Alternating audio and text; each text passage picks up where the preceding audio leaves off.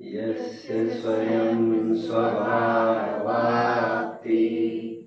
प्रभावे कृत्स्नकर्मणा तस्मै संज्ञानरूपाय नमोस्तु परमात्मने।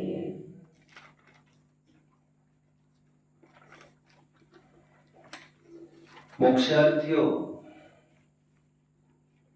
कहते तो हम यही है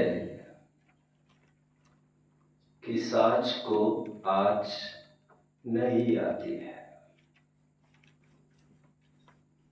ऐसा होने पर भी ये भी उतनी ही सत्य बात है कि सत्य कटु तो होता है। दो बातें बड़ी मुश्किल है, सत्य को पचाना और सत्य को पचवाना, सत्य को स्वीकार करना और सत्य को स्वीकार कराना। स्पेशली ऐसे युग में, ऐसे समाज के बीच में जहां पर पूरे कुएं में ही भांग गिरी हो। कुएं में भांग गिरने का तात्पर्य एक दो बिगड़े हैं ऐसे नहीं, रस्तों में गड्ढे हैं ऐसा नहीं, पूरे रस्तों में नहीं, गड्ढों में रास्ते दिखाई देते हैं, ये कहना पड़ेगा। दूध में पानी नहीं है, पानी में दूध है। बट क्या करूं, मेरी भी यह प्रतिज्ञा है और गणधर की गद्दी की भी यह मांग है। रविंद्रनाथ टैगोर का ये बोल है, पथिक तू तो सच बात को कहता चल।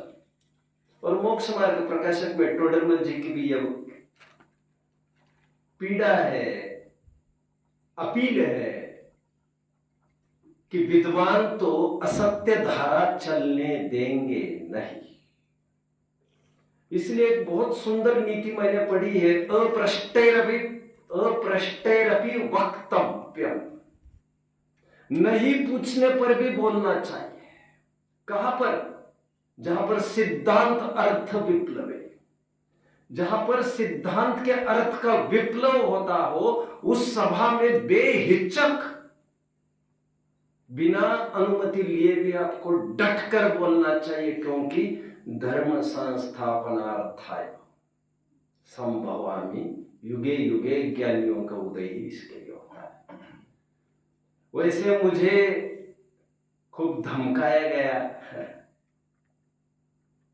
मुझे एथेंस में जहर देकर मार दिया गया, कभी चाकू से भोग दिया गया, कभी सूली पर लटकाया गया, और अमेरिका में तो मेरी छाती में बंदूक की बंदूक पूरी गोलियां रील ही उतार दी। लेकिन मैं आज भी जिंदा हूं।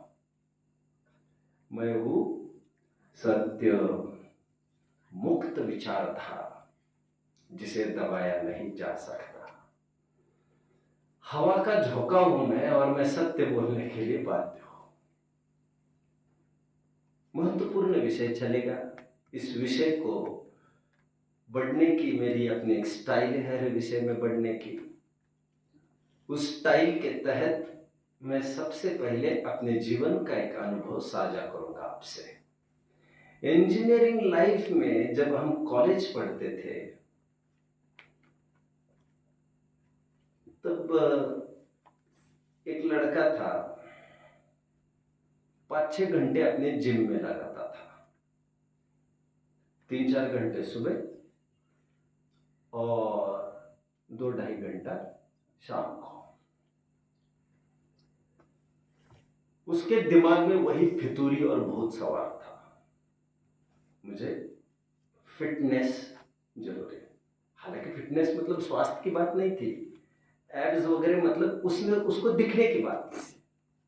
मुझे अमुक जैसा दिखना है, और तो कुछ नहीं, स्वास्थ्य की कोई खास बात नहीं, खाने पाने का तो कोई परहेज भी नहीं तुम्हारा आदि। एक दूसरे प्रकार का एक लड़का था मेरे देखने में,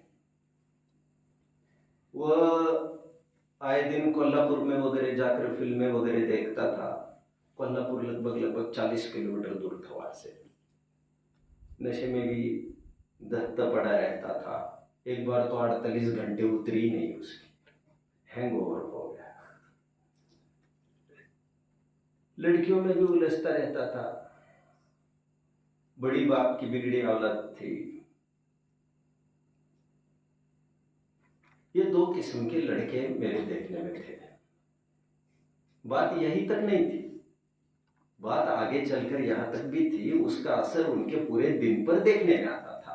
मैं थोड़ा फास्ट फॉरवर्ड करके बात करता हूँ, बोलना बहुत कुछ है, टाइम बड़ा सीमित है और दौड़ता है बड़ा काटा। उसका असर पूरे दिन पर होता तो इस कदर हो जाता था कि दोनों स्कूल में अनुपस्थित रहते थे।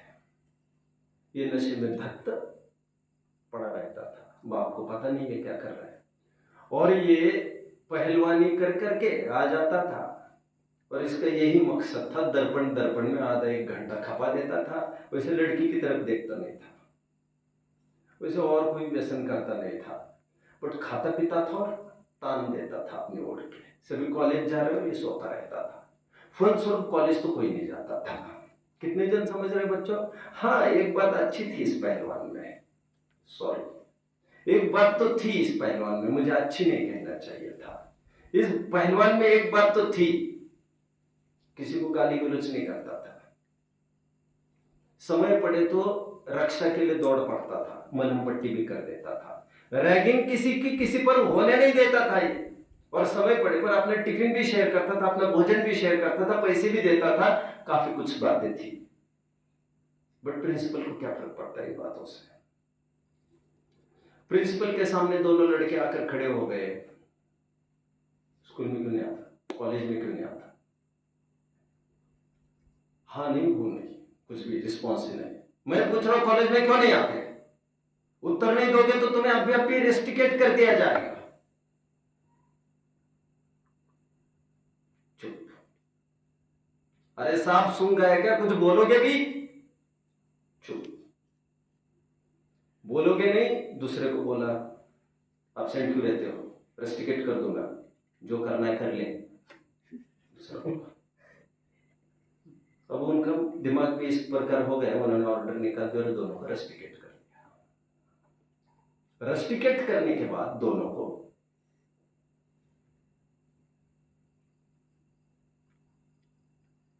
हालत ये हुई कि 8 दिन के बाद दोनों के पापा पेरेंट्स यहाँ पर आए और दोनों ने चाहा कि हमारे बच्चे का भविष्य ना बिगड़े, उसका एडमिशन मिले। आपको क्या लग रहा है? एक तो नशेड़ी था, नशेबाज, और एक पहलवान कह रहा हूँ मैं अभी। आपको क्या लग रहा होगा, वोट किसको मिला होगा बच्चों की तरफ से? पहलवान की तरफ से। बहुत बड़े बच्चों। तो सबने अर्जी लगाई और सबने सिफारिश की प्रिंसिपल को। C.R. राव प्रिंसिपल थे, हैदराबाद के थे। उन्होंने कहा, it makes me no difference how helpful he is to you and for the society. I am concern with the college, the academic career of the students. मुझे इससे कोई फर्क नहीं पड़ता ये नशा करके पीता है कि जिम कर करके पहलवानी अखाड़ा करके दिन भर कमरे में सोता रहता, मुझे फर्क ही नहीं पड़ता। मेरी निगाह में दोनों बराबर है, कॉलेज दोनों बंक करते हैं। आपका क्या कहना है? प्रिंसिपल सही कह रहे हैं क्या गलत कह रहे हैं? सही कह रहे हैं क्या गलत? प्रिंसिपल का अपना पर्सपेक्टिव है देखने का, उसको नकारा नहीं जा सकता, उसकी दृष्टि को नकारा नहीं जा सकता। उसकी निगाह में ये कुछ नहीं है, उसकी निगाह में एक कॉलेज ही सब कुछ है। बेटे, तुम्हें यहाँ पर रखा गया है, तुम्हारे बाप ने यहाँ पर तुम्हारे जीवन भर की कमाई लगाई है, केवल तुम पढ़े इसलिए, ना अखाड़े में उतरने के लिए, और सुन रहे, ना नशेबाजी करने के लिए। मुझे इससे कोई फर्क नहीं पड़ता, इसलिए मेरे पास कोई सिफारिश नहीं लाएगा। फिर भी जोर लगा सिफारिश का, तो एक ही बात हुई कि गुंजाइश किसमें दिखती है? सुधार की। किसमें दिखती है सुधार की गुंजाइश? पहलवान में। शाबाश। और पब्लिक अवार्ड भी क्यों मिलता जा रहा था उसको? सहयोग करता था, और तो और उन नशेबाज की भी मदद करता था। कितनी बार तो उसको उठा कर कमरे तक लेके आया था। अच्छा आदमी था, ऐसा तो मुझे नहीं कहना चाहिए, अच्छा तो नहीं कहना चाहिए, मुझे तो केवल आपको उनके फीचर्स बताओ। यह हुई घटना। आखिरकार जैसा बोल रहे वैसा ही हुआ, उसे एडमिशन मिला। तो किसे? रीएडमिशन हो उस पहलवान का, कंसिडरेशन पर, और उसको धमका कर इस बार ये गलतियां फिर से दोहराई नहीं जाएगी, ये अखाड़ा नहीं है, ये स्कूल है, कॉलेज है। सर बात रफा दफा हो गई। ये एक उदाहरण साझा किया बच्चों ने। अभी मैं एक सिद्धांत की बात करता हूं आपके साथ जो बड़े मायने रखती है। एक जीव है जो पाप में लगा है।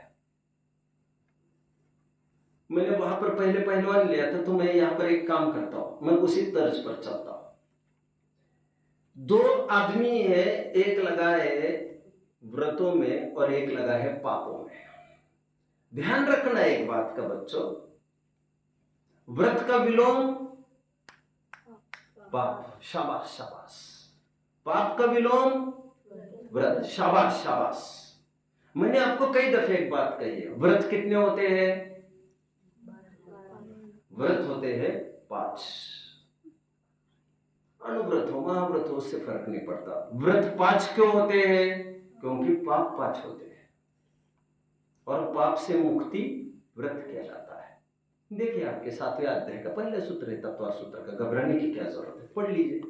हिंसा नृत चौरेभ्यो परिग्रहेभ्यो विरतिर्व्रतम, पढ़ लीजिए जरा, मुझे सूत्र बोल के दिखाई फटाफट कोई। 7वें अध्याय का पहला सूत्र, सुन सुन सुन जल्दी, हाँ प्लीज। हिंसा नृत स्तेयोभ्यो ब्रह्म परिग्रहेभ्यो विरतिर्व्रतम, पहला सूत्र। 5 पाप से विरति होना व्रत कहलाता, राइट। अभी चारित्र की परिभाषा पढ़ते समय वहां पर भी एक बात आई थी, सावध्य योग परिहारनाथ, याद आई थी? याद है बच्चों? वहां पर भी उसी की तरफ संकेत था, पाप और पाप का विलोम व्रत। ध्यान रखना इस बात का भी, शांति से दिमाग खोलकर इस विलोम को नहीं भूलेंगे। आगे पाप का विलोम पुण्य, वो एक एस्पेक्ट अलग है, अभी वो बात मुझे नहीं करनी है। पाप का विलोम यहां पर व्रत, व्रत, दैट्स ऑल। सूत्र बोल रहा है आपका सूत्र। अभी 2 व्यक्तियों को मैं खड़ा करता हूं आपके सामने बच्चों। एक आदमी वो है जो पाप में लगा है, पाप में धत्त है, आने जाने वाले की छेड़छाड़ करता है, किसी के गले वाले में कुछ हो तो पॉकेट मार भी करता है, और समय पड़े तो चाकू की धार भी दिखाता है, बंदूक भी अपने पास रखे, आदि आदि सभी षटावश्यक जो कहे वो सब करता है। षटकर्मानी धीरे धीरे करता रहता है। षटकर्मानी समझ में आ रहा है? कुकर्म में निरंतर धत्त, एक पाप में, और एक क्या कर रहा है? व्रतों को पाल रहा है। ये दोनों जन है जो हमारे आध्यात्मिक स्कूल के प्रिंसिपल है, जो वितराग विज्ञान के नायक है, हमारे सर्वज्ञ परमात्मा, उनका बस चलता यदि और वो प्रिंसिपल के सीट पर बैठते तो एक झटके में दोनों को असफल करार दे देते और दोनों को घर का रास्ता दिखा देते। कितने जन समझ रहे हैं मेरी बात को? हमने स्कूल खोला है वितराग विज्ञानता के लिए। हमने स्कूल यहां पर, सुन रहे, हमने इसलिए नहीं खोला है तो बात करता बैठेगा, और ना इसके लिए खोला है तुम व्रतों को पालते बैठोगे। शुद्धोपयोग, ध्यान, अपनी पहचान, मैं ज्ञानानंद स्वभाव हो, इसका तुम्हें भान नहीं है। कैसा ज्ञान धारी तूने आपाना पिछाना। जैसे लोग, मूर्ख लोग तोते कुत्तों को पालते हैं, उनकी टट्टी पेशाब भी साफ करते करोड़पति होकर भी, उसी प्रकार तुम नवद्वारे के फंसे होने पर भी इस नवमल के द्वारा निरंतर आउटलेट्स बहे जाते हैं, टट्टी पेशाब आदि, मल मूत्र आदि, कभी नाक आती है, कभी आंख में आती है, कभी कान में आती है, निरंतर कुछ न कुछ करते रहते हो तुम।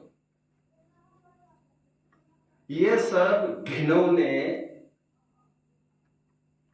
वस्तु को अपना पार्टनर बनाकर तुम उसकी रात दिन सेवा में धत्त हो, पाप में। समझ रहे मेरी बात को बच्चों?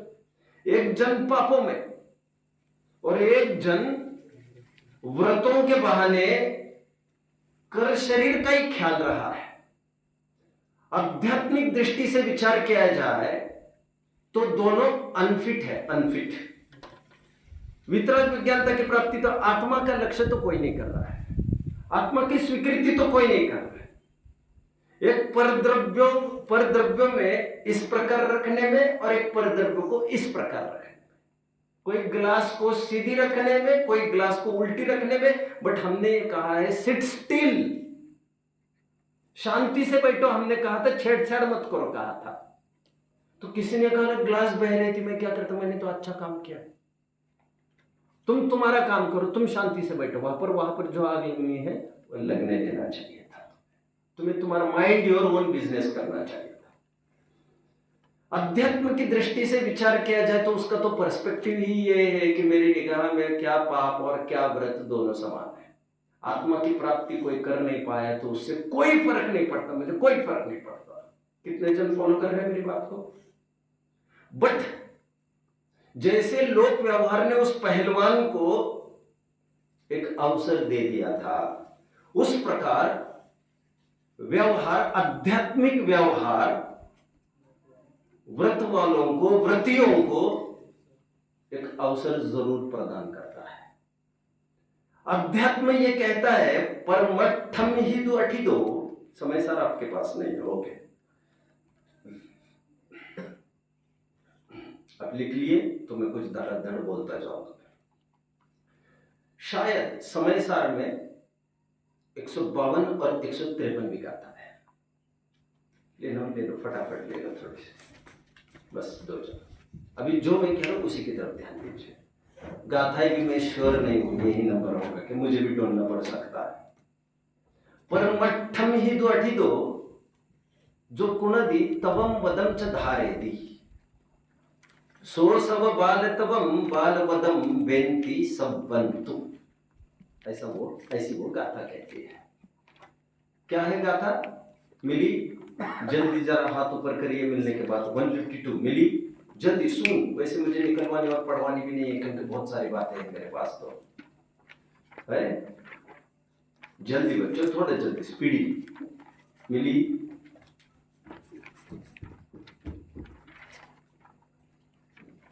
चलो लाओ।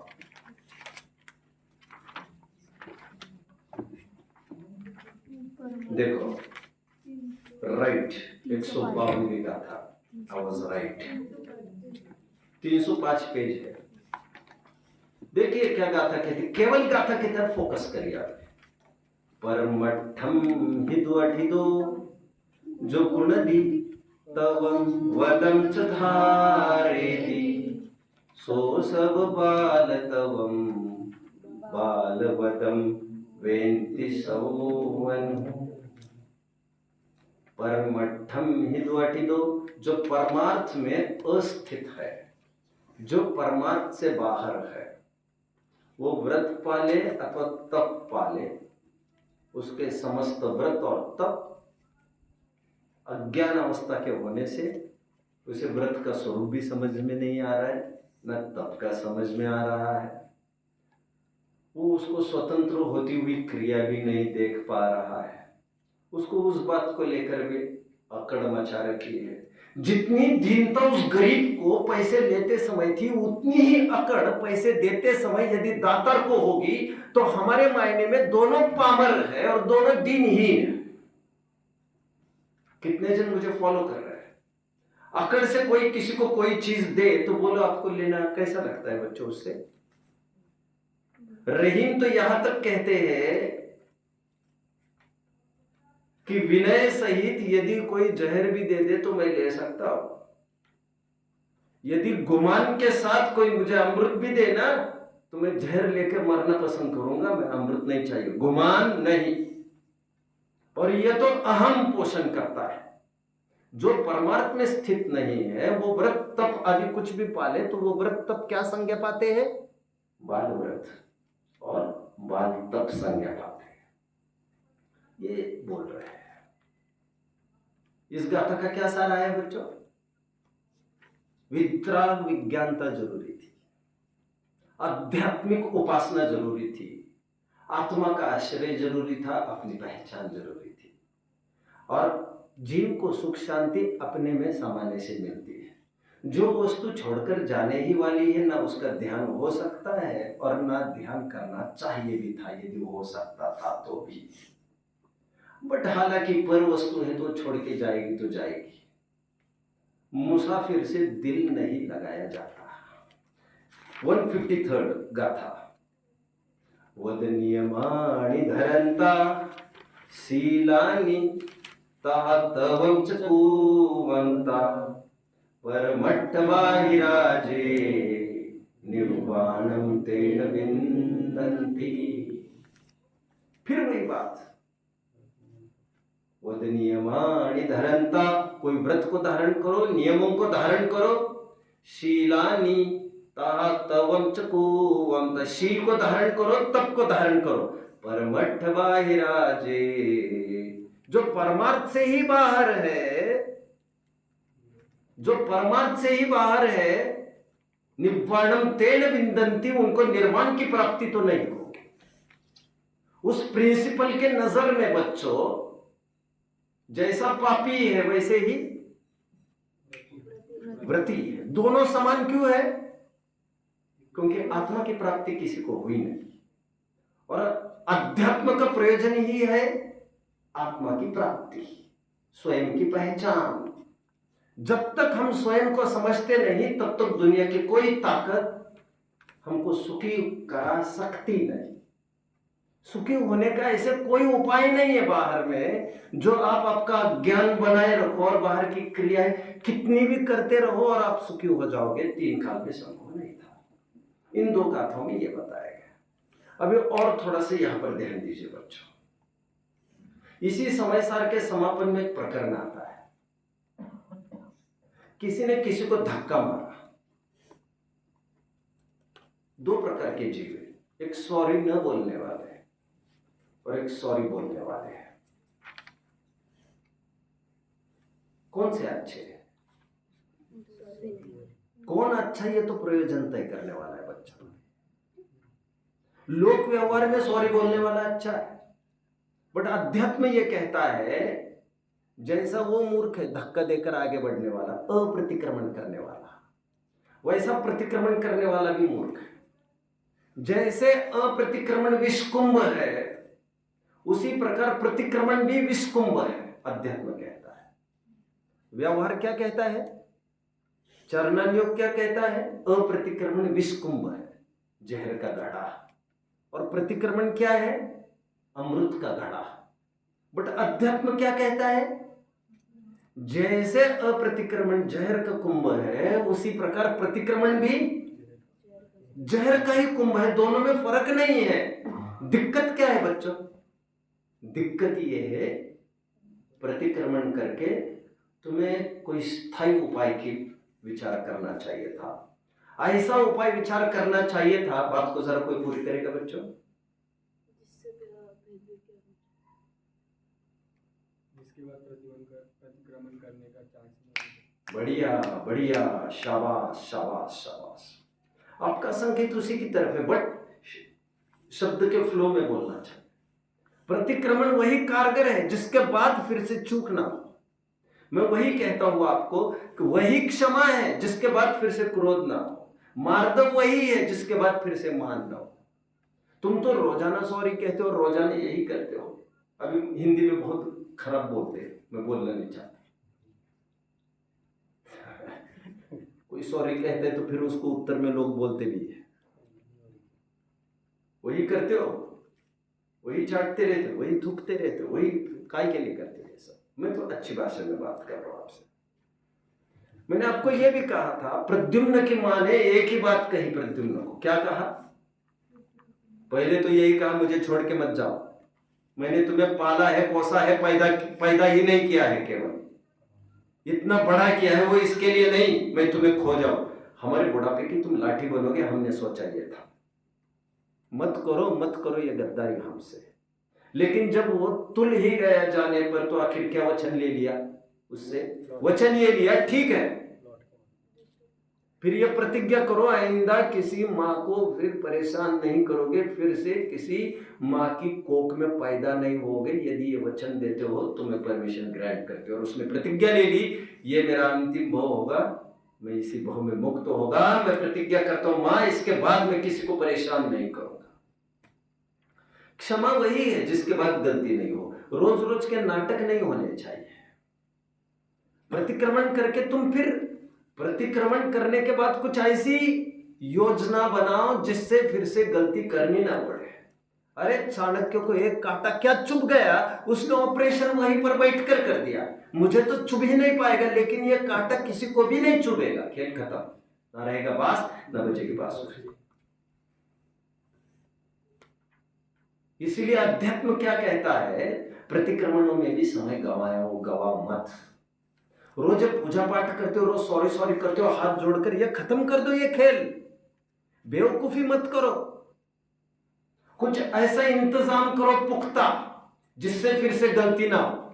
ऐसा इंतजाम करो पुख्ता जिससे भूख ना लगे। ऐसा इंतजाम करो जिससे हाथ पैर ही नहीं रहे आपको। आप ये क्यों सोचते हो कि कोई आकर हाथ पैर दबाएगा? ये भी क्यों सोचते हो तुम कि तुम किसी के हाथ पैर दबाते रहोगे?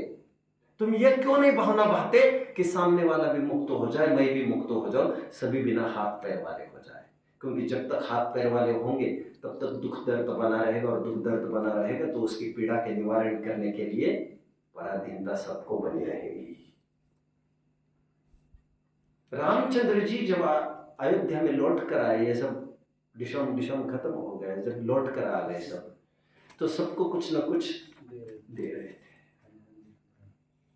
सुग्रीव को, सॉरी विभीषण हनुमान को क्या? नहीं, मेरे को हार के नहीं। विभीषण को बोला सबको कुछ न कुछ दे रहे, सब हमको क्यों नहीं कुछ दे रहे? हमको भी आशीर्वाद दो। तो उन्होंने कहा आशीर्वाद उनको दिए जाते हैं, और आशीर्वाद सबको क्या दे रहे थे? तुम्हें कोई संकट यदि आए तो मैं हाजिर होऊंगा तुम्हारे लिए। ये बहुत बड़ी बात है। मैं आज बोलूं युवराज जी, आपको जीवन भर में कभी भी संकट आए, तुम एक आवाज लगाओगे, मैं वहां पर खड़ा देखूंगा।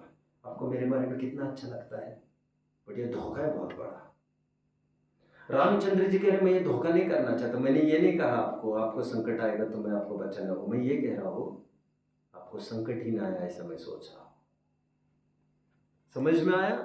मतलब आपको नौकरी में लगाता रहूंगा मतलब आप पर गुलामी की नौबत लाएंगे और फिर टुकड़ा फेंक कर आपको खुश करेंगे, और उसकी भी हम पीठ थपथपवाते रहेंगे आपसे। अरे हम ऐसा पुख्ता इंतजाम करेंगे जिससे आपको हमारे पास आना ना पड़े। हमें कोई बड़प्पन की थोड़ी पड़ी है, कितने जन फॉलो कर रहे हैं मुझे। इसलिए अध्यात्म में अप्रतिक्रमण समान प्रतिक्रमण को भी विस्कुंभ कहा बच्चों। जीव सुख से कितना दूर, स्वयं से जितना दूर सुख से उतना दूर, और अप्रतिक्रमण से भी आत्मा से उतना ही दूर है जितना प्रतिक्रमण से।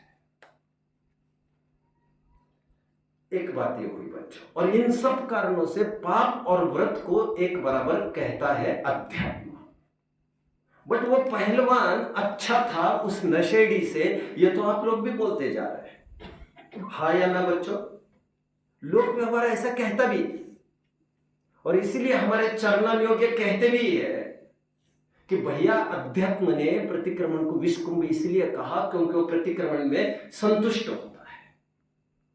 क्या कहा? संतुष्ट होता है। बहुत जनों को संतुष्ट होने की आदतें बड़ी होती है। बहुत जन इस किस्म के होते, उनकी पीठ थपथपाई और उनकी गति थम गई। मैंने मेरे जीवन में पर्सनल में बात कर रहा हूं बच्चों, आपसे मैं नजदीक से बात करता हूं थोड़ी सी। जैसे दर्शन जी बहुत अच्छे बच्चे, इतने प्यारे बच्चे, मुझे लगता है ये तो मेरा ही बच्चा है। तुम तो जीवन भर मेरे पास रहो, मुझे आपकी सेवा का अवसर दो, और मैं आपको खूब स्मारक में लगन करना चाहता हूँ। मैं ये सब बोलता जा रहा हूँ, आपको कैसा लग रहा है? अच्छा लग रहा है। अभी होता क्या है, मैंने जितने जनों की तारीफें की है आज तक मेरे जीवन में, वो फिर बाद में बैठ जाते सिर पर थोड़े टाइम बाद।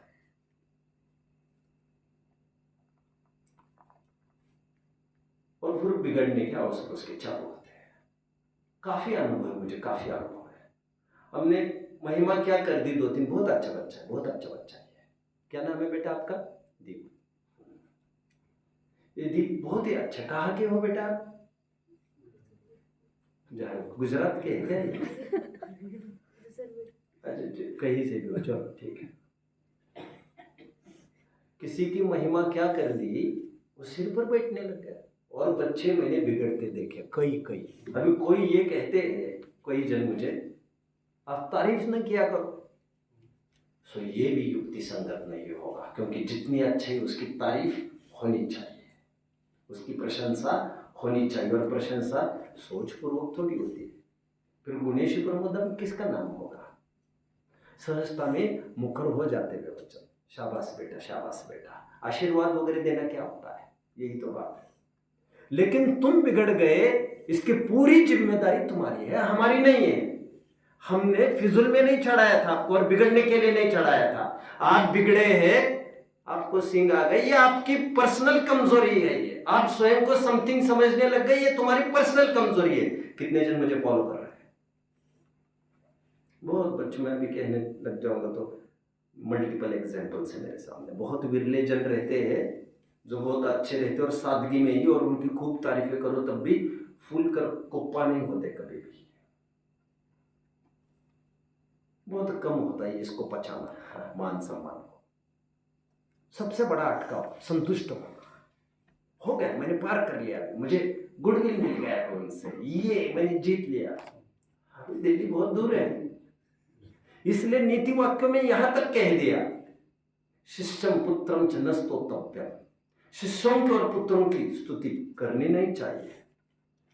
स्तुति तो यहां तक, साहित्य तो यहां तक कहता है। अब साहित्य दूसरी तरफ ये भी कहता है स्तुति करनी चाहिए, प्रशंसा करनी चाहिए, जो अच्छे कामों के आदि। एनीवे, मैं ये क्यों कहना चाहता हूं बच्चों, क्यों कहना चाहता हूं? सबसे बड़ी दिक्कत ये थी पीठ थपथपाने में, थपथपवाने वाले पर गाफिलता के अवसर बढ़ने लगते हैं। जिम्मेदारी मेरी नहीं हो, जिम्मेदारी आपकी है, लेकिन मैंने आपकी पीठ थपथपाने पर, जिस कारण से पीठ थपथपाई जा रही है उस कारण को मेंटेन करना चाहिए था आपको। अब विपर्यास में चले गए, उसके लिए I am not responsible for that my dear.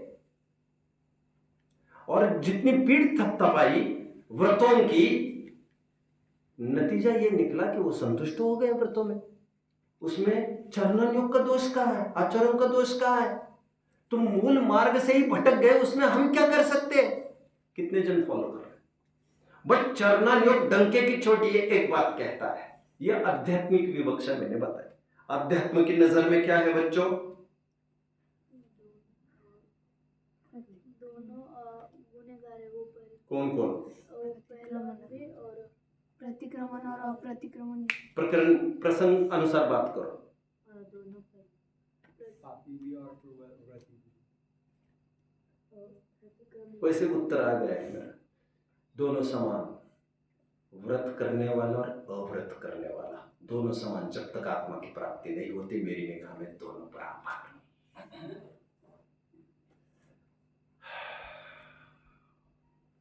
अभी दूसरी बात समझ लीजिए। लेकिन चरणन योग की दृष्टि में पाप से बेहतर व्रत है, अव्रत से बेहतर व्रत है। क्यों? क्योंकि व्रती के आत्मा की तरफ आने की गुंजाइश है, पॉसिबिलिटी, संभावनाएं है, और पापियों की संभावनाएं नहीं है। कितने जन समझ रहे हैं मेरी बात को बच्चों? क्योंकि जो व्रती है वो इसी के इर्द गिर्द में घूमता रहेगा, आत्मा के भले ही नहीं, लेकिन आत्म संबंधित वस्तुओं के इर्द गिर्द में घूम रहा है।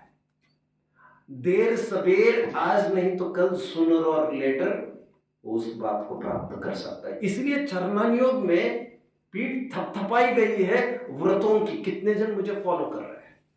वरम व्रतये पदम दैवम ना व्रतये व्रत नारकम छाया तपस्तयोर भेदो प्रतिपालयतोर महा।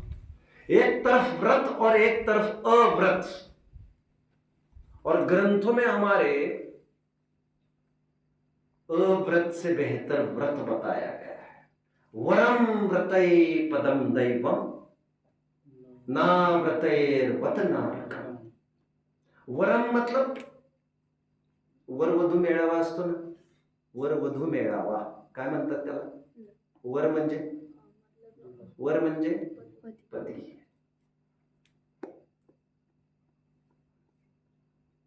वर खाली जे शब्द आहेत,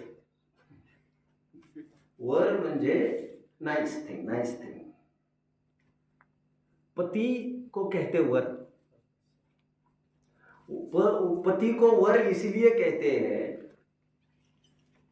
क्योंकि वो उत्कृष्ट चीज है, और भारतीय संस्कृति में तो उसे परमेश्वर माना गया है. एक सती महिला अपने दिन का प्रारंभ कैसे करती है भैया आदित्य जी? पति के पैर छूने से. अपना नाम क्या लिखती है? नाम क्या लिखते हैं बड़ा महत्वपूर्ण नहीं, उपाधि क्या लिखती है? महाराष्ट्र की महिला सौभाग्यवती. में छोड़ दीजिए इन बातों का भी. तो मैं कुछ बात कह रहा था, वर की बात कर रहा हूं.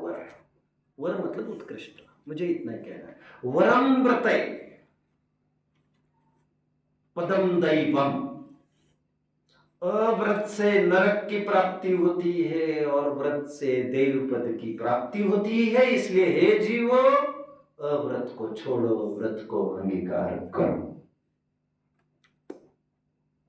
कितने जन फॉलो कर रहे हैं मुझे? छाया तपस्तयोर भेदो प्रतिपालयतो और महान, इसका अर्थ में लगे हाथ कर ही दे रहा हूं. उससे पहले कुछ और आधार. अभी तक आध्यात्मिक आधार दिखाता रहा, अब अध्यात्म के ही व्यवहारिक पक्ष के दिखाऊंगा मैं. चरण अपने तत्वर सूत्र का 6वां अध्याय, जिसमें कहा गया है, देखने की वैसी जरूरत नहीं है, आपने 4 गतियां पाठ पढ़ा है बच्चों. देव गति के कारण में लिखा है सराग संयम, संयम संयम, अकाम निर्जरा, बाल तपासी दैवस्य. गेटिंग व्रत की महिमा बच्चों, व्रत की महिमा. नीचे क्या लिखते हैं देखो. 2 आदमी थे बच्चों, दोनों निकले शिखर जी की ओर. दोनों निकले शिखर जी की ओर. लेकिन शिखर जी की ओर निकलते समय पैदल निकल रहे थे. तो पैदल निकलते समय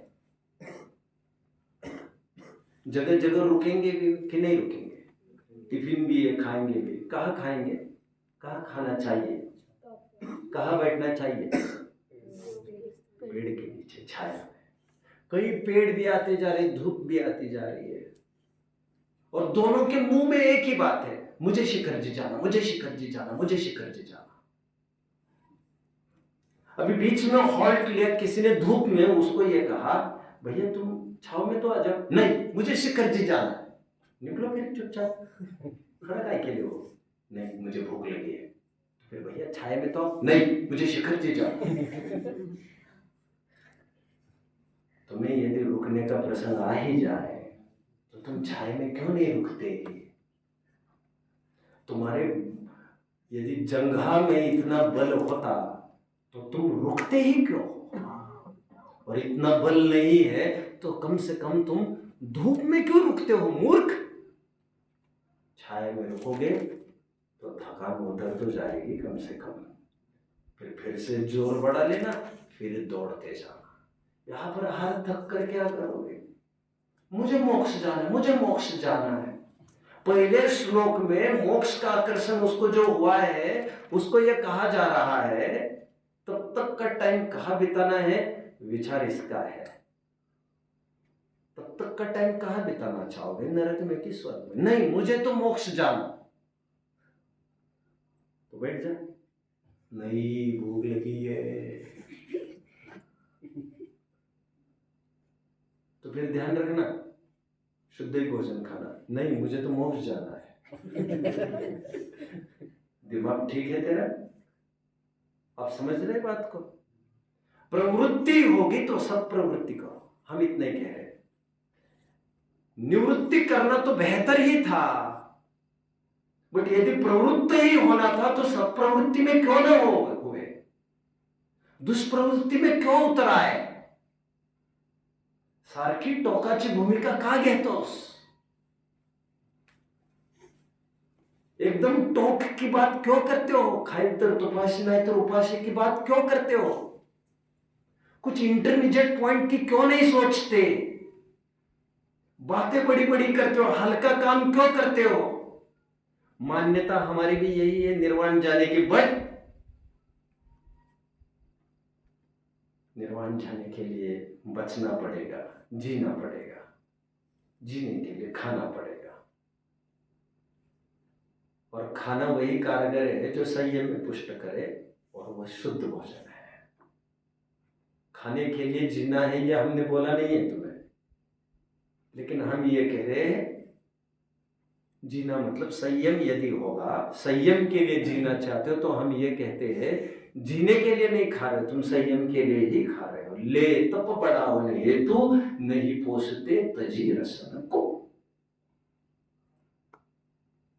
धूप में बैठने की छांव में बैठना नहीं, मुझे तो बैठना ही नहीं है।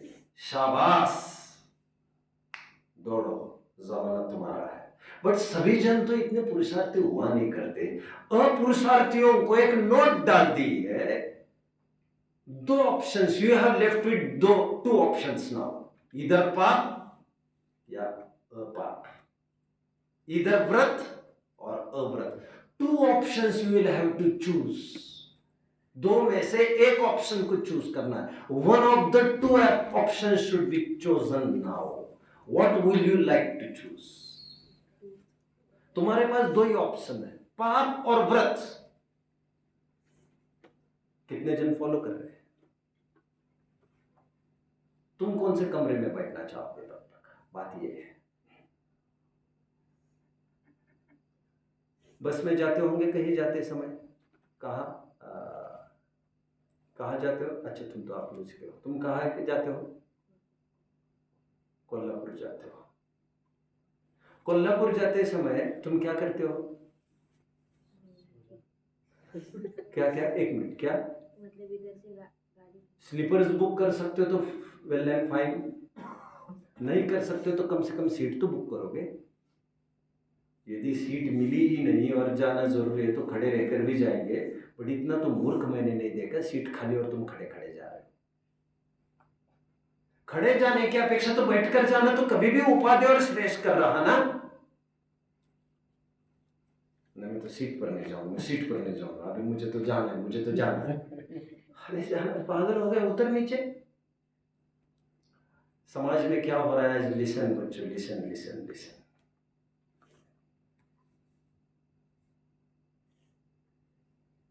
व्रत को पालन करने की बात करते, व्रत को पालन करने की बात करते, क्रियाकांड क्रिया, अरे सम्यक तो प्राप्त करो, सम्यक तो प्राप्त करो। इनके मूल भूल क्या है? इनके दिमाग में कोई बताएगा? मूल भूल ये है, ये व्रत को सम्यक्त्व का विलोम समझ बैठे हैं, जबकि व्रत सम्यक्त्व का प्रतिद्वंदी नहीं है। व्रत पाप का प्रतिद्वंदी है मेरे भाई। वो पाप को रोकता है, सम्यक्त्व को नहीं रोकता है। बात सम्यक्त्व के साथ क्या होने क्या न होने की, अथवा बात मिथ्यात्व के साथ क्या होने ना होने की। वो व्रत लेने से तुम्हारा सम्यक्त्व रुकेगा नहीं, लेकिन व्रत तो क्रियाकांड दिखता है इन लोगों को। हम कह रहे तुम कपड़े धोते हो कि नहीं? नहीं, हमने बाई लगा रखी है। इतने आलसी हो तुम, अभी बाई लगा रखी है मतलब भगवान ही मालिक है तुम्हारा। काहे के लिए गप्पा लगाते रहते हो बिना छला जन काम करते? और प्रतिज्ञा ये चाहिए, जितना कुछ कर रहे हैं, जितना बोल रहे हैं उतना करेंगे भाई। सब हम चर्चा तो सिद्धों तक की करते हैं, श्रद्धा में उसका रखेंगे हम ऊपर तक, लेकिन जिस भूमिका में खड़े हो उसका पालन भी जरूरी है। 8 मूल 19 का पालन जरूरी है। आप जहां पर खड़े हो जरूरी है। कुछ लोग ये समझते हो है कि एक तो क्रियाकांड की बात है। अभी तो आपने समाज का नक्शा देखा नहीं है बच्चों बहुत अच्छे से। समाज का तो ये नक्शा है, 2 5 10 घंटे अध्ययन कर लो, फिर वाट लग जाए चाहे और चीज की। कपड़े कहा जाते भट्टी में चले जाते हैं। हेयर डाई के बिना काम बनता नहीं, समझना है। वो क्रियाकांड नहीं दिखता है। आप पकड़ रहे बच्चों, देश विदेश में घूम रहे, सैर सपाटा कर रहे, शादी ब्याह में जा रहे, लोक व्यवहार कर रहे, वी कथाओं में घंटों निपटा रहे, वो क्रियाकांड नहीं दिख रहा है इनको। लेकिन ये व्रतों की बात है तो कहते हो हमारी कौन सी भूमिका है? फिर पाप करो, ऑप्शन दो ही है तुम्हारे पास, या तो पाप करो या तो पाप से निवृत्त हो। फिर पहले सम्यक तो करके अथवा मिथ्या तो करके, उसकी तो कोई बात ही नहीं है। सम्यक्त्व का प्रतिद्वंदी मिथ्यात्व है, सम्यक्त्व का प्रतिद्वंदी व्रत नहीं है, व्रत का प्रतिद्वंदी पाप है, पाप। वो तो ऑप्शन ही अलग है। जैसे कपड़े धोते समय सम्यक्त्व छूटता नहीं, भोजन करते समय कपड़ा सम्यक्त्व छूटता नहीं, उसी प्रकार व्रत करते समय सम्यक्त्व छूटता है। ऐसे बड़े धोखे में हो तुम।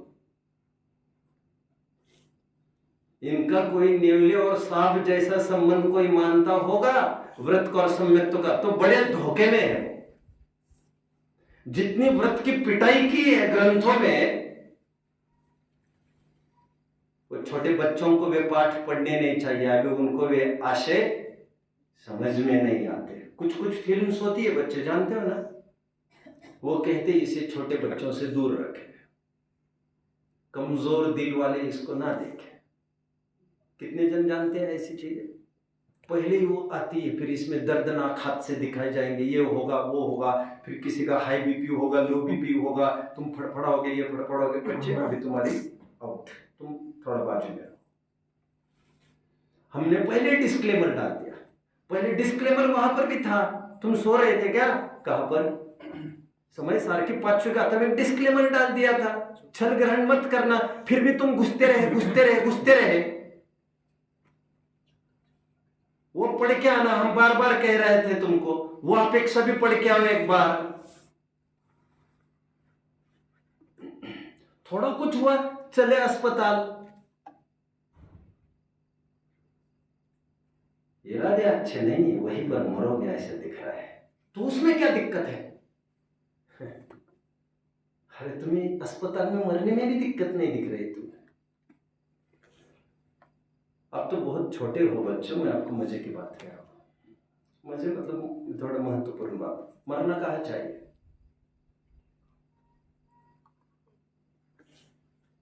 कोई एनी आइडिया? कुछ तो बोलोगे। मरने डरने लग गए क्या आप लोग? बोलो। एकांत में कल बंदर की बात कही थी मैं, बहुत अच्छा, बहुत अच्छी बात कही। एकांत में न मर पाए तो, एकांत में न मर पाए तो धर्मात्मा निकट हो चर्चा धर्म सुनावे, वे सावधान रखे गाफिल न होने पाओ। यहाँ पर डॉक्टर ने ठोक दिया इंजेक्शन आपको, और बाद में बोल दिया बाहर में कोई आएगा नहीं यहाँ पर अंदर, 20 घंटे ऑफ। और डॉक्टरों के हाथ में जाने पर डॉक्टर तुम्हें बोलने देंगे क्या?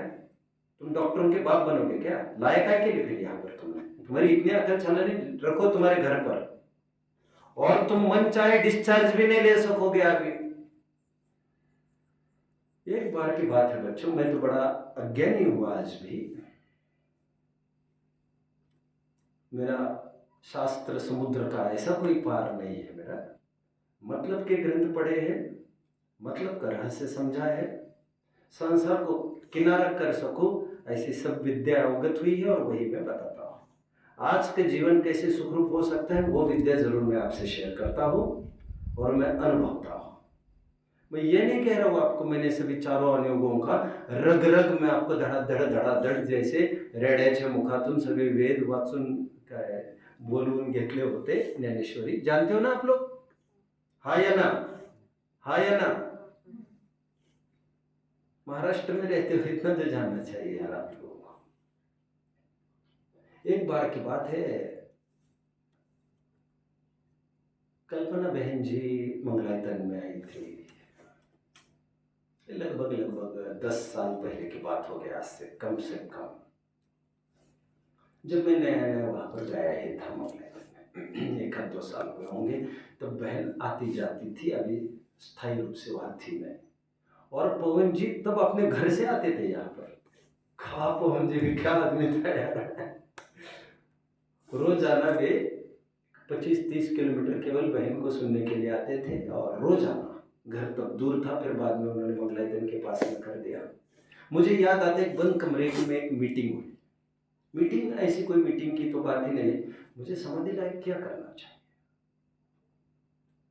मैं गुप्त कमरे की बातें बहुत कम साझा करता हूँ। सैकड़ों ऐसी चीज है, जमीन उखड़ जाएगी आज मैं सभी बातें बोलने लग जाऊं। ऐसा भी है, ऐसा भी, ऐसा भी है। मैंने सब लिखी पढ़ी हुई बातें आज तक मन से बोली भी नहीं है। वो पढ़ी हुई बातें भी मैं ग्रंथों की बोलने लग जाऊं तब भी मुश्किल पड़ जाएगी। लेकिन अब एक पाचन शक्ति बड़ी कमजोर है समाज की। जो मुझे बड़ा विश्वास पात्र दिखता है, बड़ा विश्वास पात्र, उन्हें मैं अच्छी बातें शेयर करता हूँ ग्रंथों की। अभी दिमाग इतना भरा है कूड़े करकट से, यह अमृत कहाँ से जाएगा? कोई गुंजाइश कहाँ छोड़ी है तुमने? तुम तो अभी रोज का जो अपना अपना 2-5 घंटा निपटा रहे हो, अपने जीवन को निपटा दो तुम इस जीवन को। अभी तुम्हारा नया कुछ नहीं हो सकता, कोई क्रांतिकारी विचारधारा है नहीं तुम्हारी। तुम तो राजगुरु भगत सिंह की कोई संतान होती, फांसी को भी टंगने को तैयार होते समाज से हटके, तो हम तुम्हारी बात कहते। अभी तुम्हें बड़ा भीड़ की बड़ी आकर्षण है। बहन ने वहां पर, मैं एक बात साझा करता हूं जो बड़ी गुप्त बात है, गुप्त बात। सैकड़ों बातें मैं कभी शेयर नहीं करता था। मुझे क्या करना चाहिए समाधि लायक? 2-5 जन बैठे थे हम, खास लोग। वो कोई आम सबक थी भी नहीं। बहन जी थी, भाई साहब थे, पवन जी भाई साहब। मेरा बड़ा सौभाग्य है, मैं सभी महत्वपूर्ण चर्चाओं में, डिस्कशन में मैं रहा हूँ। यहाँ तक कि मुझे निर्यापक लिस्ट में भी रखा था पवन जी भाई साहब ने, जबकि मेरी बहुत योग्यता ऐसा नहीं लग रही मुझे। बहन ने एक बात कही थी, मुझे याद आता है, अस्पताल में मरने का कलंक धो डालो। मतलब जो परंपरा और थक्का लगता आ रहा है कि अच्छे विद्वान भी अस्पताल में मरते हैं, यह कलंक मत करना। जीवन में प्रतिज्ञा ले लो, अस्पताल में नहीं मरेंगे। मैं कहने का, मुझे बहुत छाती फूलती जा रही है। पवन जी भाई साहब ने उस शब्द को आखिर तक पालन किया। कैसी समस्या आई, जर्जर हुआ शरीर, अस्पताल में नहीं जाऊंगा। और उनकी ताकत इतनी थी, 10-10 डॉक्टर एक से बढ़कर एक लाइन से सब खड़े करे सामने। अस्पताल में नहीं जाऊंगा, बेहोश नहीं होऊंगा। घर पर भी कभी डॉक्टर देखने भी आएगा तो वो सीमित अपने जांच ऊपर से कुछ कर ले, बाद में तो बहुत नियम चुस्त कर लिए थे। अभी तुम्हारे नजर में तो कुछ बात ही नहीं है। तुम व्रतों की कहाँ बात सुनने को बैठे भैया? हालत तुम्हारी टाइट है, अभी तुम्हें वही मरना दिख रहा है। तुम्हें कोई आपत्ति भी नहीं दिख रही वहां मरने में। कहाँ पर? और एक बात सुनाती थी, मैंने बाहर कमरे के आने के बाद बहन को पूछा, बहन अस्पताल में मरने में क्या दिक्कत है? तो बहन ने मुझे यह कहा, पहले जमाने में ऐसा होता था, घर में कभी भी किसी की हालत बिगड़ जाती थी, उसको बेड से उठाया जाता था और नीचे लेटाया जाता था। आहा, ते सुंदर दिन हर भले। क्यों?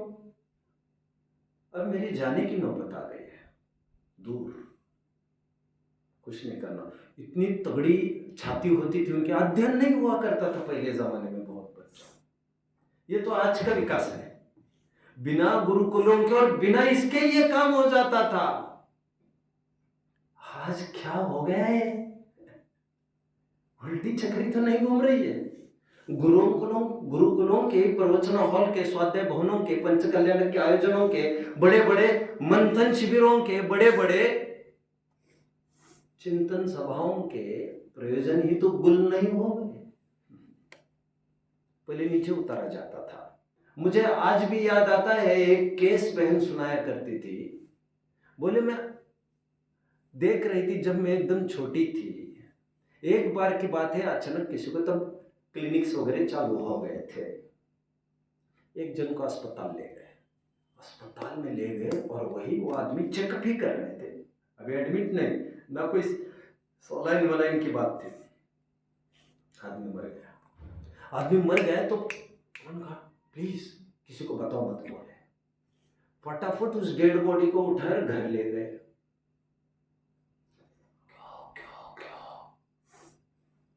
यदि गांव में ये पता चले जाए ना किसी को कि डॉक्टर के पास मरे हैं, तो पूरा गांव कोसेगा हमें। गांव ये कहेगा मरण बिगाड़ दिया तुमने इतने सदाचारी का। ये हम जीवन भर ये ताने नहीं सुन सकते समाज के। समाज एक ऐसा दौर था जब अस्पताल में मरना एक कलंक माना जाता था बच्चों। इतनी बेबसी मानी जाती थी, अरे घर में मर रहे ये भी कम कलंक नहीं था, लेकिन फिर भी ठीक था। तुम्हें मरना क्या बात है भाई, easy easy easy. Facts are facts, facts can never be denied. तुम्हें तो जंगल में मरना चाहिए था और तुम यही घुटते जा रहे हो, और तुम्हारे अरमान भी यही है। तुम्हें लगता है उसमें क्या हो गया। सबसे बड़ी आपत्ति तुम्हारी ये है जो तुम बाद में बोलते हो। अरे अकस्मात कोई परिस्थिति बने, कुछ बात बने, वो समझ में आती, तुम अभी से ये बोल रहे हो उसमें क्या होगा, ये गलत हुआ, ये तुम्हें नहीं लग रहा है। इसका बड़ा आश्चर्य है इस बात का। दो बिंदुओं को मैं उठाऊंगा। Time is flying, time is not walking and running, it is just flying. द्रव्य संग्रह जल्दी। अब जो लोग ये कहते हैं कि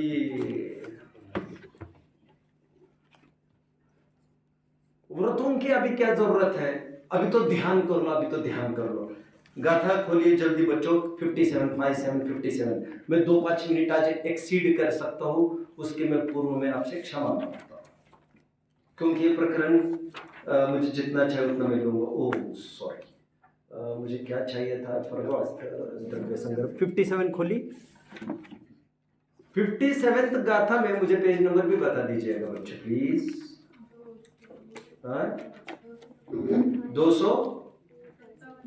257 पेज खोलिए। आज यहाँ पर हम ये पढ़ेंगे, जो ध्यान करना चाहते हैं लोग। ध्यान कौन कौन करना चाहता है? ध्यान कौन कौन करना चाहता है बच्चों? आत्मध्यान ही की बात करता हूं, सभी जन करना चाह रहे हैं। आपको ये नहीं समझ में आ रही, इस उम्र में ध्यान किया जाता है क्या बच्चों? इस उम्र में ध्यान हो सकता है क्या? कितने जन को लग रहा हो सकता है? उसकी भूमिका क्या होती है बच्चों ध्यान करने की? भूमिका क्या लग रही है आपको?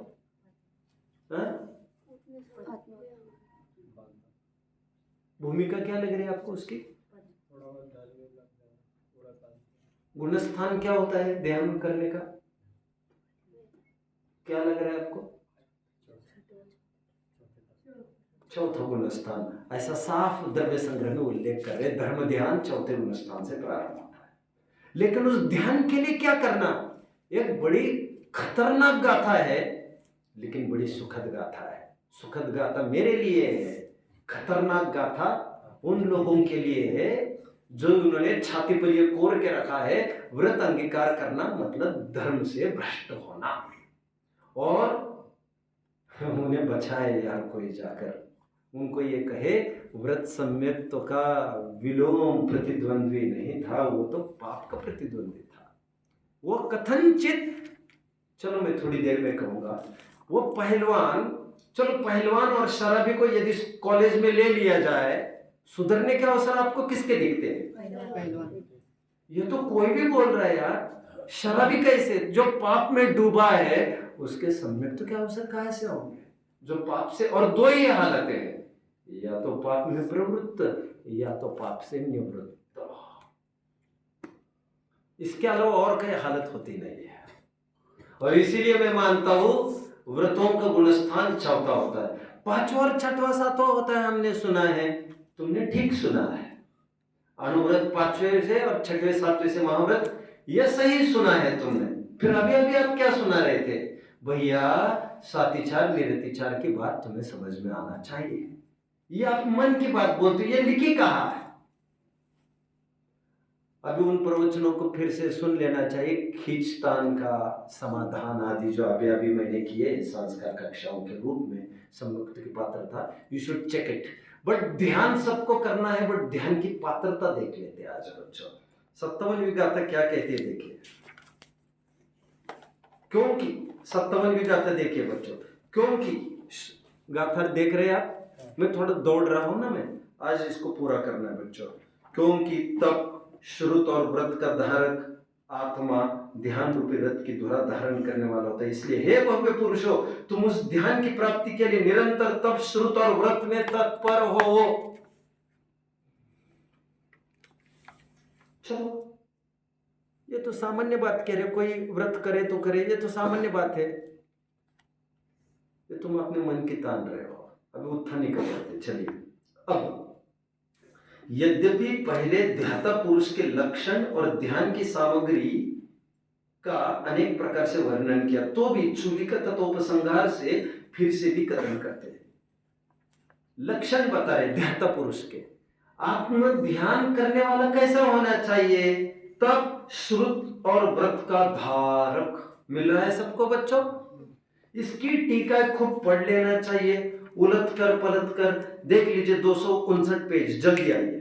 भगवान कितने जन को प्राप्त हो रहा है, जल्दी जल्दी आइए। शंका 259 पेज पर 259, जल्दी। भगवान, हाथ ऊपर करिए, किनको मिला है, गजब का प्रकरण।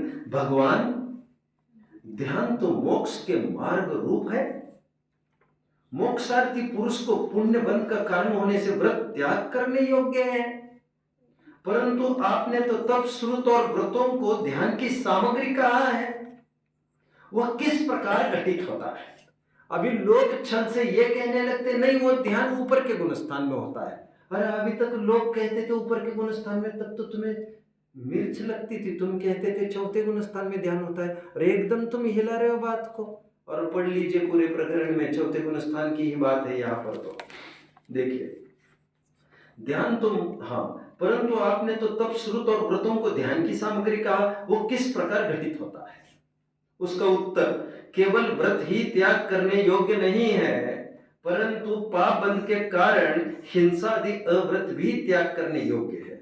इसी प्रकार पूज्यपाद स्वामी ने, अभी यदि पूज्यपाद स्वामी की ये गाथा लेते हैं, अभी जो ले रहे, श्लोक सॉरी, अव्रतम पदई, अव्रतम क्या, अव्रतैर पदम दैवम नाव्रतैर वत नारकम, ये वाला छंद, बट उन्होंने मिलता जुलता समाधि शतक का, समाधि तंत्र का एक छंद लिया है, वो इस प्रकार, अपुण्यम अव्रतये पुण्यम व्रतैर मोक्षस तयोर्व्ययः अव्रतानीव मोक्षार्थी व्रतान्यपि ततस्त्यजे। अव्रतों से पाप का बंध और व्रतों से पुण्य का बंध होता है, उन दोनों का नाश वह मोक्ष है। चॉइस ये है, तुम्हें पुण्य करना है कि पाप करना है। कितने जन मुझे समझ रहे हो? चॉइस हमने ये नहीं कहा है तुम्हें सम्यक तो करना है कि पुण्य करना है। हम क्या कह रहे हैं, सम्यक्त्व के साथ तुम क्या चाहोगे, व्रत या अव्रत, पुण्य या पाप। चॉइस पुण्य की पाप के साथ है, सम्यक्त्व के साथ नहीं है। कितने जन फॉलो कर रहे हैं? प्लीज ये प्रकरण आप घर पर पढ़ लीजिएगा होमवर्क के रूप में, यहाँ पर खूब अच्छे से लिया गया है। देखो, अर्थ, अव्रतों से पाप का बंध, व्रतों से पुण्य का बंध होता है, उन दोनों का नाश व मोक्ष है। परंतु नीचे चलिए आप, नीचे, परंतु अव्रतों का भी पहले त्याग कर पश्चात व्रतों में स्थिर होकर निर्विकल्प समाधि रूप आत्म ध्यान को प्राप्त कर पश्चात एक देश व्रतों का भी त्याग करता है। ये आप घर पर पढ़ लीजिएगा बच्चों प्लीज, है ना। अभी मुझे क्या कहना था आपको, थोड़ा मोक्ष मार्ग प्रकाशक का एक प्रकरण पर आइए जल्दी, फटाफट फटाफट, पेज नंबर 204 पर जल्दी आइए बच्चों। अब खोलते खोलते मैं एक बात कहना चाहता हूँ आपको, खोलते रहिए 204 पेज। सागर धर्मामृत में 6वां अध्याय है दिनचर्या। ऐसा अध्याय अन्य किसी भी ग्रंथ में देखने में नहीं है दिनचर्या का। उस दिनचर्या कैसी होनी चाहिए श्रावक की, उसमें पहला ही छंद सबको पढ़ लेना चाहिए। ब्राह्मे मुहूर्त उत्थाय व्रतम पंच नमस्कृति। क्या कहा बच्चों? ब्राह्मे मुहूर्ते उत्थाय। दिनचर्या क्या होनी चाहिए श्रावक की? ब्रह्म मुहूर्त में। अभी कल एक काम करना, आप ब्रह्म मुहूर्त कितने बजे होता है वैसे आज के तारीख में? तो फिर भी ब्रह्म मुहूर्त कब होता है बच्चों, कुछ आइडिया? आज के तारीख में चलो मान के चल लेता हूं मैं, फिर भी 5 बजे आज के तारीख में, दिन उगने के 2 घंटे। अभी गर्मी में आप देखने जाए तो आपको 4 तरफ आना पड़ेगा। आप सबके दरवाजे से खिड़की में से झांक झांक कर देख लीजिए कौन उठकर क्या कर रहे हैं, पहले मेरे पास भी आ जाना। इससे आपको कच्चा चिट्ठा पता चलेगा what is happening all around. दिनचर्या श्रावक के क्या कह रहे हैं? ब्राह्मे मुहूर्ते उत्थाय। आपको 4:45 बजे उठाने की बात चली थी ना, विद्वानों ने भी विरोध किया खूब इसका, नहीं नहीं आराम से उठना चाहिए बच्चों ने, ये ऐसे हल्की बात करते हैं। सोने की पाबंदी है आप पर। मैंने थोड़े से नियम जो बनाए थे मेरे से विचार लिए गए थे आपके नियम के। अभी क्या सीन सिनेरियो है मुझे कुछ नहीं पता, मैंने एक बार कहा और पीछे हट गया। मैं मेरा देखूंगा कि आपका देखूंगा, बट सोने का कोई रूल नहीं है हमारा, आप कभी भी सो जाइए, ऐसा मैंने तो पहले बोला था। बच्चों को 8 बजे सोना है 8 बजे ही सो जाए, हालांकि अभी 8:05 हो गए, अभी नहीं सो सकते आप। क्यों? बट सुबह उठने का हमारा रूल होगा, आपको सुबह उठना ही है 4:45 बजे का। और मुझे आदत थी मंगलायतन में 5:15 बजे क्लास लेता था मैं 12 महीने, और सुबह की क्लास लोग पसंद नहीं करते थे ज़्यादा लेना भी, लेने वालों की बात करो, बच्चे तो बेचारे आ जाते। एनीवे, मैं कुछ कह रहा था, श्रावक की दिनचर्या, ब्राह्मे मुहूर्ते उत्थाय व्रतम पंच नमस्कृति। आगे, को हम कह मम धर्म किम व्रतम चेति परामृशेत। और क्या विचार करना चाहिए रोज उठकर? एक तो पंच परमेष्टि का स्मरण करना, ब्राह्मे मुहूर्ते उत्थाय वृत्तम पंच नमस्कृति। फिर को हम, सबसे पहले विचार करो मैं कौन हूं, मेरा यहां आने का प्रयोजन क्या, मेरा यहां आने की इत्तेफाक था कि कोई पुरुषार्थ था, यहां से जाने के लिए मुझे क्या करना पड़ेगा, बाय सेल्फ कुछ होगा कि कोशिश से यहां वहां भी कुछ हो सकता है। अभी भी चाहे तो मैं मेरी दुर्गति टाल सकता हूं कि जैसा फ्लो चल रहा है हवा के झोंके जैसा, गंगा गए गंगादास, वैसे अधर नैया है जहां ले जाएंगे वहां चल जाएंगे। क्या विचार क्या है? को हम विचार करो रोज सुबह उठकर मैं कौन हूं। दूसरा विचार करो मेरा धर्म क्या है। तीसरा विचार करो मैंने जो व्रत लिए है उसका पालन हो भी रहा है या नहीं हो रहा है। व्रत मतलब जैसे पानी छानने का व्रत, 8 मूल गुण को मैं व्रत कह रहा हूं फिलहाल। ज्यादा बौखलाने की भी जरूरत नहीं, ज्यादा फड़फड़ाने की भी जरूरत नहीं, जमीन पर रहकर सोचने की जरूरत है। जैसे पानी छानने का नियम है आपका, वो पल रहा है कि नहीं पल रहा है विचार करना चाहिए। मैं देव दर्शन करने जाता हूं, मुझे क्या विचार आता है? मैं रिचुअल अदा करता हूं, रिचुअल समझ में आ रहा है? एक क्या कहना चाहिए उसको, रोज का एक प्रोसेस ही मैं बस फॉलो करता हूं कि कुछ मुझे मिलता दिखता है, उसमें कुछ मिलता दिखता है क्या, कि वही ताल मजेरा ताल मजेरा ताल मजेरा रोज ठोक ठोक ठोक ठोक। मैं ताल संबंध तो ढोलिए बजाते, डफली भी बजाते, माइक उनके हाथ में होती, ये होते हैं, सबके अपने अपने काम है। अरे तुम इतने काम करते रहोगे तो मूल काम को कौन करेगा? रोज सुबह सुबह उठने की बात कही। एनीवे, आइए 274 पेज पर जल्दी, मोक्ष मार्ग का प्रकाशन है। मैं ऊपर भी जा सकता हूँ, वेरी सॉरी। 204 बोला कि ठीक है 204 पर आओ, कोई दिक्कत नहीं, 204 पर आओ। आ गए सभी जन? देखिए चलो सुनिए जरा ध्यान से। और उस कॉलेज की मैं बात कहना आधा अधूरे में कह गया, मैं चाहता हूँ मैं 9 मिनट ऊपर हूँ और 8-9 मिनट ऊपर ले सकता हूँ। अब एक आध दिन चाहो तो ऑफ रखना हो तो आप मुझे कभी भी बोल सकते हो, लेकिन आज का बात कल नहीं ले जाऊंगा, कल के लिए कल का ही श्लोक होगा। मैं कॉलेज की बात अधूरी कह दी है, मैं दूसरी बात कह देता हूँ। प्रिंसिपल की निगाह में क्या है? आप कॉलेज टॉप करो, फिर भले ही शराब पीकर बाकी के दिन नाली में पड़े रहो, या उस अखाड़े में ही सोते रहो, मेरे कॉलेज में तुम टॉप चाहिए बस, और रोज यहां पर आना चाहिए, राइट? प्रिंसिपल का तो यही तो काम है। हम स्कूल की बात करेंगे आपसे, इसलिए मैं हमेशा एक बात कहता रहा, हमारी निगाह में केवल नैतिकता ही मायने रखती है। आपकी स्कूल में कौन अच्छा करता है कौन नहीं, ये हमारे दिमाग में मायने नहीं रखती। आपके माता पिता के और ट्रस्टियों के मायने रखती हो तो भले ही हो। इसलिए मेरे निगाह में अव्वल बच्चा वही है जो धर्म में प्रवीण है। स्कूल में आप 00 होंगे, मुझे कोई लेना देना नहीं उससे, मेरा फील्ड धर्म का है। और बढ़िया बच्चा वही है जो धर्म में टॉप करे। मुझे कोई गरज नहीं आपके देखने की आप स्कूल में क्या करते हैं और क्या नहीं करते हैं। मेरा सब्जेक्ट भी वही कहता है और हमारा संविधान भी यही कहता है। कल 26 जनवरी है, हमारा लोकतंत्र भी यही कहता है। Anyway, come back.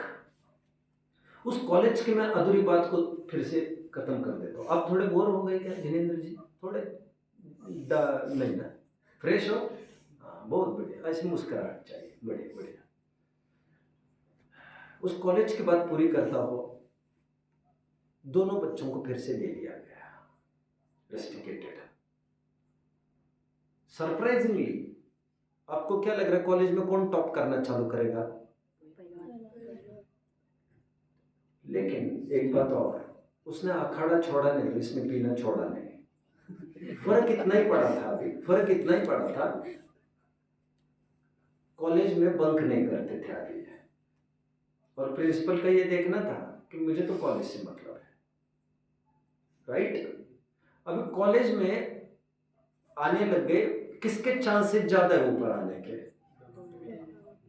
पहलवान के ज्यादा है, शराबी के कैसे होंगे? अभी दूसरी बात,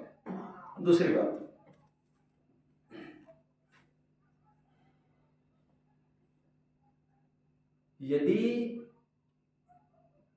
पहलवानगी, चलो बीच में और एक बात, कल मैं विवेकानंद की एक बात कह गया। उनकी मान्यता थी अध्यात्म के प्रचार प्रसार मेरे लिए महत्वपूर्ण है, मांस मछली भी मेरे लिए महत्वपूर्ण है।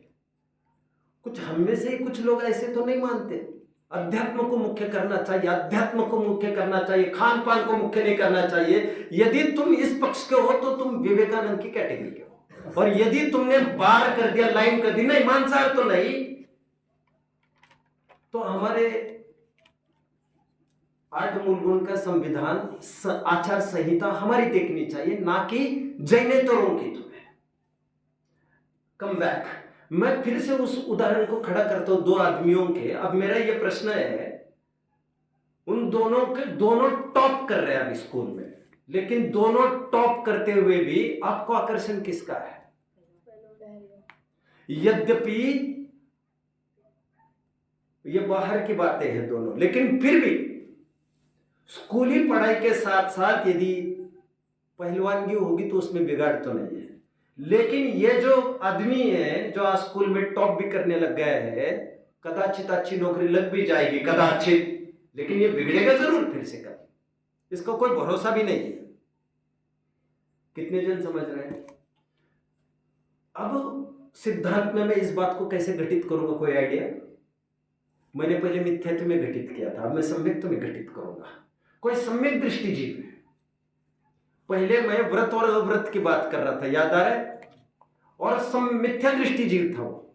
लेकिन सम्यक्त्व जीव व्रत को अंगीकार करे अथवा नहीं अंगीकार करे, अध्यात्म की दृष्टि में कौन बड़ा है? अध्यात्म की दृष्टि में कुछ नहीं होगा। तुम लाइन खींचो कि लाइन खींचो मत, हम उत्तर पत्रिका देखते बस, दैट्स इट। अध्यात्म ये कहता है पहले लाइन एक जन खींचता था, एक जन नहीं खींचता था, पेपर दोनों खाली रख कर आते थे। अभी दोनों भर के आते, एक लाइन खींचता, एक लाइन खींचता नहीं है, तो हमें लाइन होने न होने से कोई फर्क भी नहीं पड़ता, हम तो उत्तर देखते। वितराग विज्ञानता को, मतलब अध्यात्म को कोई लेना देना नहीं व्रत के होने और न होने का। वो केवल बात करते हैं सम्यक तो है तो दोनों बराबर है, वो ये देखता है। बट आपको क्या लग रहा है, सहयोगी पाप होगा या सहयोगी पाप की निवृत्ति होगी? इतना मेरा प्रश्न है। आपको क्या लग रहा है? वही कहा जा रहा है, छाया तपस्तयोर भेदो प्रतिपालयतोर महान। जो प्रतीक्षा कर रहा है किसी दोस्त की, और एक उदाहरण ऐसा घटित किया इन्होंने, कोई दोस्त आ रहा था और मिल के शिखर जी जाना था, तो कहते यदि तुम्हें रुकना ही है दोस्त की प्रतीक्षा के लिए तो छाया में क्यों नहीं रुकते, लेकिन छाया में उसको रुकना, किसको, जो थोड़े टाइम के लिए रुकना है, जिसको वही जिंदगी निकालनी है, उसके लिए तो छाया एक संकट बन जाएगी, फिर उसके लिए तो धूप ही ठीक थी, यही कहना पड़ेगा। मोक्ष मार्ग प्रकाशक जल्दी, हाँ 204 जल्दी आइए, देखो क्या कहते हैं। ये मैं किसकी बात कर रहा हूँ, थोड़ा सा पीछे 202 पर भी आइए, जरा देखिए 200 पर आइए, 200 पर। वहां पर बीचों बीच एक लाइन थी, व्रताधिक धारण करने को बंधन में पड़ना ठहराता है। कितने जन को मिल गई ये लाइन? शाबाश शाबाश शाबाश। ये किसकी बात है बच्चों, किसकी बात है? सम्यक दृष्टि की, मिथ्या दृष्टि की, किसकी बात है? निश्चयाभासी मिथ्या दृष्टि की बात है। किसकी? और उसकी क्या मान्यता है? व्रतादि धारण करने को बंधन में पड़ना ठहराता है। बहुत जन कहते भैया ये पुण्य है, पुण्य में कहाँ लगा रहे आपको, ये बंधन है ये तो ऐसा। अभी देखो उत्तर क्या दे रहे 204 पर।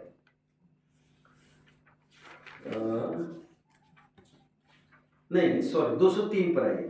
तथा वो व्रतादि को बंधन मानता है। फिर से मिला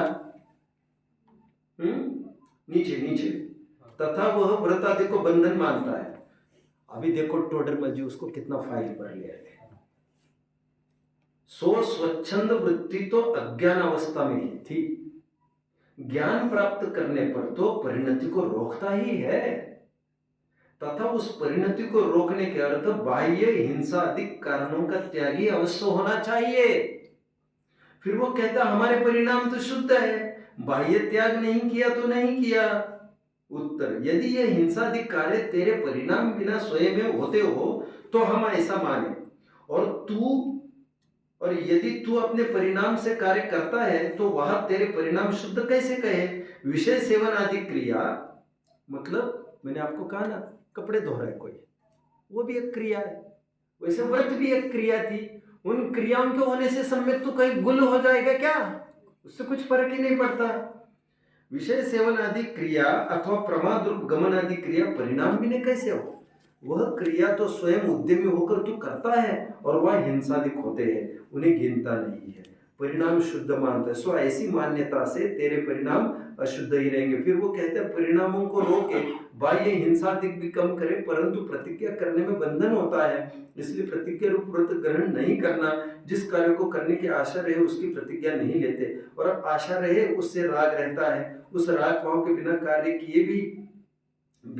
किए भी अविरति से कर्म बंद होता रहता है, इसलिए प्रतिज्ञा अवश्य करने योग्य, तथा कार्य करने का बंधन हुए बिना परिणाम कैसे रुकेंगे? प्रयोजन पड़ने पर तद्रूप परिणाम होंगे ही होंगे, तथा बिना प्रयोजन पड़े उसकी आशा रहती है, इसलिए प्रतिज्ञा करना योग्य है।